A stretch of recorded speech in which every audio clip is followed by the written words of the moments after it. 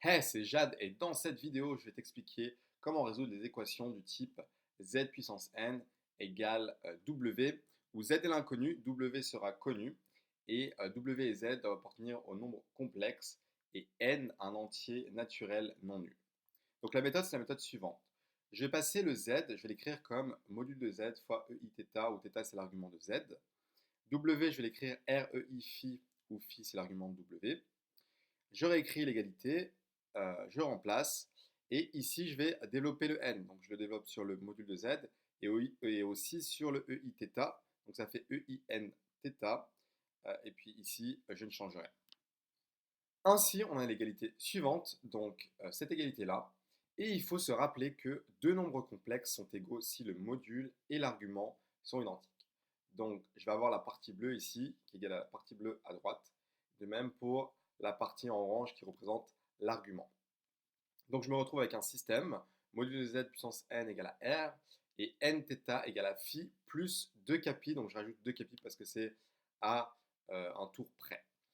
Donc en isolant, je retrouve le module de z qui vaut racine énième de r, et le θ qui vaut phi sur n plus 2 capi sur n, avec, ici on a indicé, on a mis un petit k, parce qu'il va y avoir en fait n solutions, on va prendre k qui va de 0, 1 à n-1. Donc pas à n, mais à n-1. Pourquoi? Parce qu'à n, on revient au k égal à 0. Donc on ne veut pas en fait se retrouver avec de nouveau même nombre complexe, donc on s'arrête à n-1. Et finalement, les solutions de z puissance n égale w, donc ce qu'on cherchait c'était les z, sont les z suivants, donc zk égale racine énième de r fois ei θk, où k va de 0 à n-1, avec θk qui vaut phi sur n plus 2 capi sur n. Donc combien on a de solutions? On en a n parce on va de 0 à n-1. Et si vous voulez avoir une représentation visuelle des solutions sur le plan complexe, ça va être en fait, on va tracer un cercle de rayon racine énième de r, et les solutions seront des points autour de ce cercle-là, et il y en aura n. Donc voilà pour la solution générale de cette équation. Alors maintenant, attaquons-nous à un exemple qui va nous permettre de vraiment bien comprendre ce qu'on vient d'expliquer. Donc c'est l'exemple suivant, c'est z puissance 4 égale moins 2i. Donc ici, n vaut 4, w c'est moins 2i qu'on peut transformer en 2 ei 3pi sur 2. Donc r vaut 2 et phi est égal à 3pi sur 2.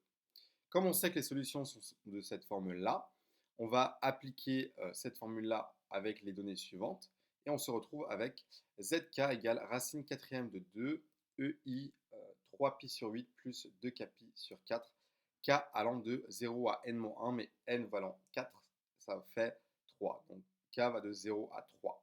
Donc voici les solutions de cette équation.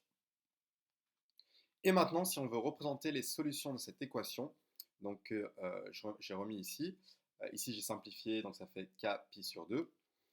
Donc si on met les points sur le cercle, on va prendre un cercle de rayon racine quatrième de 2, et on va regarder au niveau des angles. Donc par exemple pour k égale à 0, ça fait 3 pi sur 8, qui est juste là, etc. Donc on va avoir 1, 2, 3 et 4 points pour k allant de 0 à 3.